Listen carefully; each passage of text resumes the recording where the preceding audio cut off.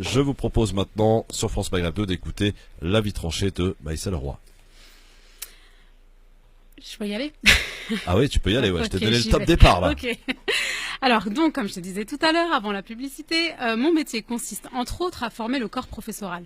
Et chaque fois qu'un ministre pointe son épée de Lego sur le système éducatif pour nous planter de lois et de réformes, eh bien, j'ai mal. J'ai mal à mon école. D'ailleurs, j'ai sous la main un sujet de rédaction significatif qui date des années 50. Quel lien peut-on faire entre esprit d'initiative et progrès technique? Pas mal, n'est-ce pas, pour des élèves de 6e? Oui, oui, 6e. Voilà, on peut commencer à flipper quand on imagine aujourd'hui le nombre de terminales qui auraient du mal à y répondre. Mais alors pourquoi ça ne fonctionne plus? On entend autant que nous l'avons dit, j'ai pas envie d'aller à l'école, j'ai trop de devoirs, j'ai peur. Pourquoi cette notion de panique et de torture plane-t-elle autour de l'apprentissage? Alors que selon de récentes études, en neurosciences, le sentiment de l'amour permet une plasticité neuronale hors du commun. Ça veut dire que lorsque vous aimez un sujet, votre activité cérébrale est en ébullition. Elle prend du plaisir à comprendre, rechercher, apprendre sur la discipline dont vous êtes amoureux. L'école a omis quelque chose de la plus haute importance. Le mode d'apprentissage de l'enfant est le jeu. Le cerveau ne fait pas la différence entre jouer et apprendre. Canon, hein? Sauf que l'école n'a pas tout à fait compris. Bref, quand nous étions enfants, apprendre était un jeu d'enfant. Jusqu'au jour où une institution nommée école est venue nous dire « C'est bon maintenant, stop, arrête de jouer, c'est l'heure d'apprendre ». Et c'est à ce moment précis que la notion d'apprentissage s'est associée à la difficulté. Et que cette notion a été ancrée par toutes ces réformes plus aliénantes que plaisantes.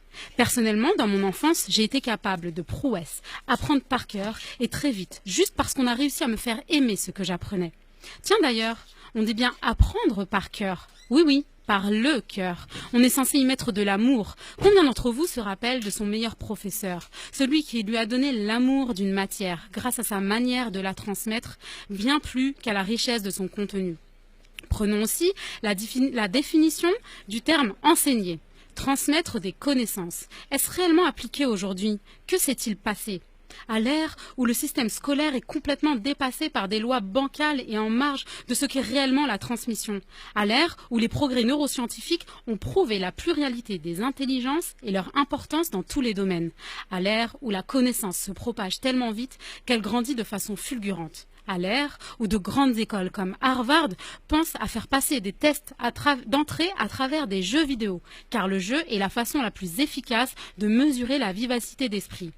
Eh bien, le système éducatif français a commis une grave erreur. Il a omis d'évoluer avec son temps. Qu'elle arrête d'adapter les élèves à l'école et qu'elle adapte l'école à notre société. Pas cette société qui prône la télé-réalité comme miroir de la jeunesse, mais plutôt celle du génie qui sommeille en chacun d'entre nous. Alors, s'il vous plaît, éduquons l'éducation nationale. Maïssa Leroy. Oui, j'en éternue, hein, quasiment. Parce que, vraiment, voilà, c'est très bon, très fort, comme d'habitude, évidemment. Alors...